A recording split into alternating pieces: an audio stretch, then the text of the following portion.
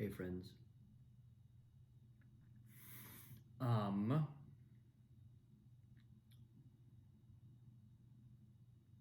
I'm quickly, as you can maybe tell, summarizing a day in my head, which was quite full. And I guess I'll start at the beginning of the day, where I had a session, which was sort of a mind-blowing one. It was one of these, I spoke to a student and friend who is having that experience that I think sometimes happens to us when it's like we open a door in our psyche or in our soul or something, and all of a sudden things start to manifest very, very quickly, and there's a sense of almost just immediately leaping into action, leaping into a new paradigm, because that's what she did. We had a couple of amazing sessions over the weekend, and then Monday and Tuesday were like, it seemed like by the time I talked to her this morning, it was like life was no longer the same. And a whole new paradigm is being birthed, and it's incredible to watch. And it reminded me of various points in my own life as well where I've had that happen. I've had this, it's like you somehow something is recognized in what it is that's trying to come through us, and then that door just opens, and there we are. There it is.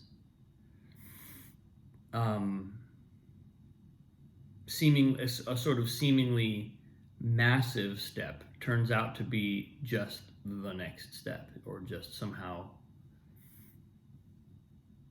right in front of us. So watching that and being part of that, being so close to that, that's how the day started. It's an awfully good way to kick off a day. And so then and we kind of, something else came out of that, which is very relevant to what I'm experiencing in this, what I would also call a transitional phase for me, in terms of like how I'm engaging with this project, and in a larger sense how I'm engaging with creative work overall in my life, or at least where I see myself going. Because what I realized is it's actually kind of a massive shift. This is what I spoke about a day or two, or for the last couple of days on my post, where I've talked about how if there's a level on which, when you go into working on a project, like as a collaborative project, in this case a musical, but really could be almost anything collaborative, where what you say to each other is, and what you sort of the shared goal is to make the best possible thing, right? To serve the piece, serve the play, serve the film, serve the story, serve whatever the thing is. We surrender in service to that individually, and that's what makes it really possible to then have functional dialogue, and to have a really effective and ultimately inspiring and exciting and kind of a inspiring exchange of energy and information and ideas. But the thing is, sometimes not everybody understands that in the same way. And you can't control for that. I mean, you can pick your collaborators and you can choose to gravitate towards certain situations and avoid others, and you can have a bad experience with someone and decide not to work with them anymore. And obviously we're all gonna make decisions in that realm, but you can't always know how it's gonna go. Even with familiar collaborators, you often can't. You don't know how it's all gonna work. You don't know what you're gonna bump up against in yourself. You don't know what your own challenges might be, unforeseen. Um, so, and when that happens, there's something that this is the shift that I'm sort of experiencing now. There's a thing we can do where we decide.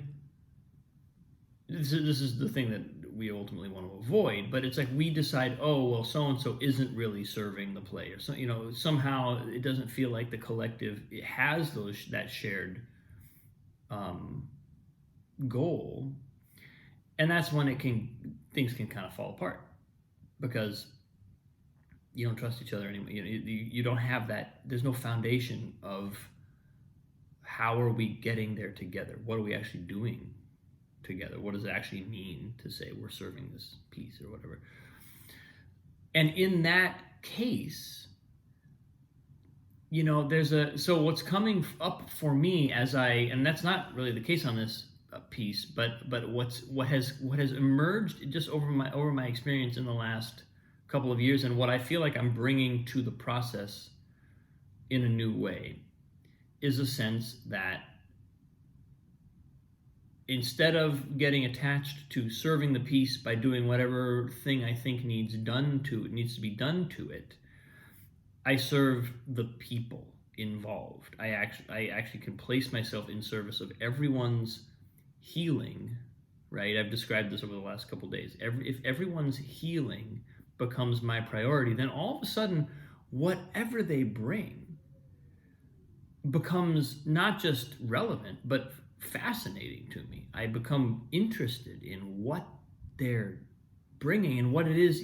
It's almost like I'm paying attention not to whether or not I think the person is doing a good job or doing what I think is a good job. I get to sort of put that aside, or at least put it on a lower rung of priority to what are they bringing in that is their thing to wrestle with, their thing to transcend, their thing to kind of what are they healing? Where are they healing? Right. So I've been speaking about this for the last couple of days,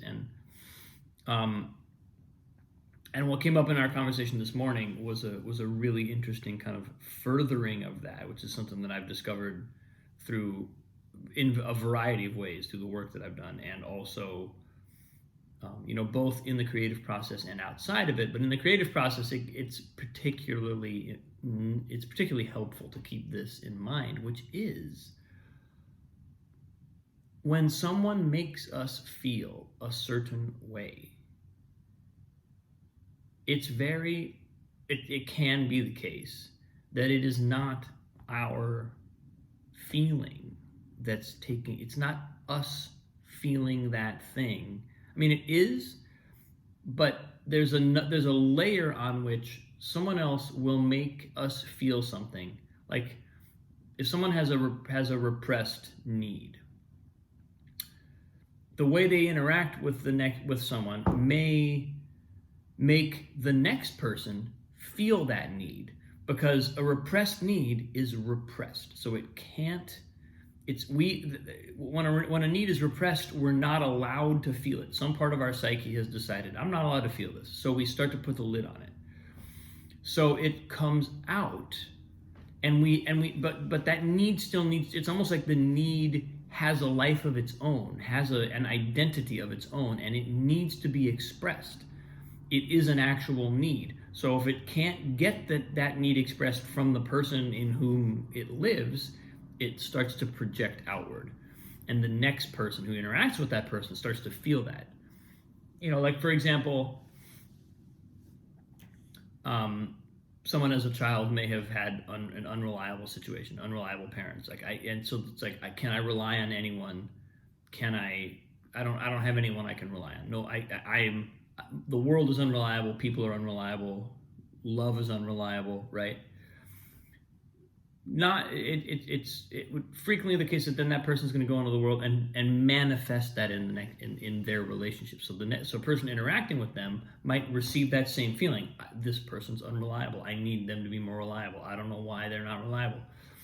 And what we're looking at there is not a simple matter of like, well, this person just needs to like get their shit together and be more reliable. It's actually a need that needs to be felt. Feeling the need is feeling that thing is actually vital. And if we can do that, then we can heal it. That's the ticket. And so what that means in a creative setting, especially in a creative setting with a lot of different collaborators, is we just need a little bit of space from our own emotions, from what's happening in us. It's because otherwise it would be an error to assume that everything we're feeling, every interaction or relationship is making us feel is to take that at face value. I'm going into all this, and I'm breaking it down as much for myself as for you. But what I find so fascinating about this is that all of a sudden I can enter into a situation, and knowing that I can be patient with what I feel. I can have empathy for everyone in the room. I can have boundaries if I need them, but I also can feel into what's happening in the room and not draw too quick of a conclusion from the fact that this is my experience, right? That this is the emotion that's happening in me. This is what I'm getting. There's a level of sort of like gentleness with which we can hold all of that.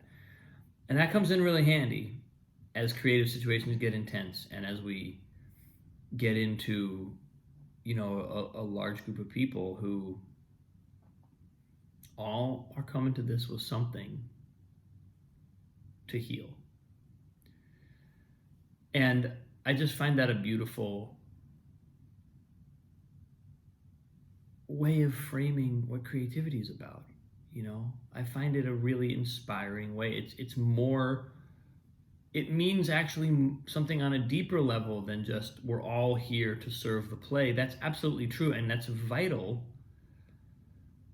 And it's also sort of the thing that we can put our attention on that gets us beyond our own problems. We know we're going to bring stuff into the room, but we don't want to necessarily put our focus on that. We want to put our focus on what are we here to do together.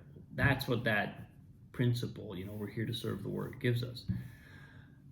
But there's another layer. I'm just saying there's another layer because it's not so, again, because that's not only, that particular orientation is not always identically understood.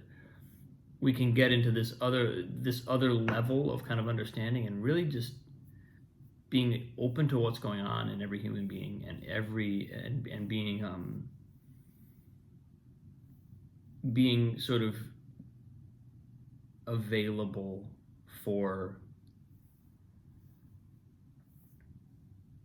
stuff to show up that may not instantly resolve. That is the I'm getting a FaceTime call from Annalise and Katie. That's where I'm at. That's what came through today, really big, and really kind of it's powerfully affecting the way I feel in the room throughout this process, and I'm hoping, you know, especially as things ramp up, as the process gets more and more intense, which it will, that I can actually maintain that focus, because what so far what it has allowed me to do is to step away from that edge of um, judgment and sort of jumping to certain conclusions, and I can tell that it creates more space. It creates more space in me for whatever is needing to happen. So, yeah.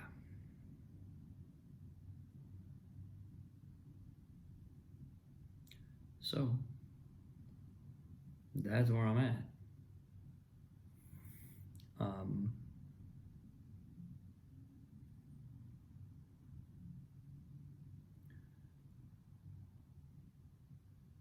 and it's really inspiring to feel like I'm in a world where other people I'm working with are also leaning into this, discovering their healers, and well, not even really discovering, but expanding and sort of amplifying and doubling down on that side of themselves. That's really, really inspiring to feel. It makes it feel like there's a it makes it feel, even though each journey is individual, it makes it feel connected.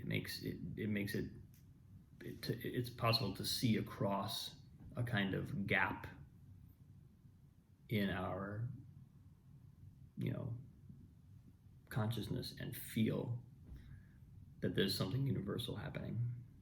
So that's what came through today, folks. Love you. Appreciate you. Thanks for watching. I'll see you tomorrow.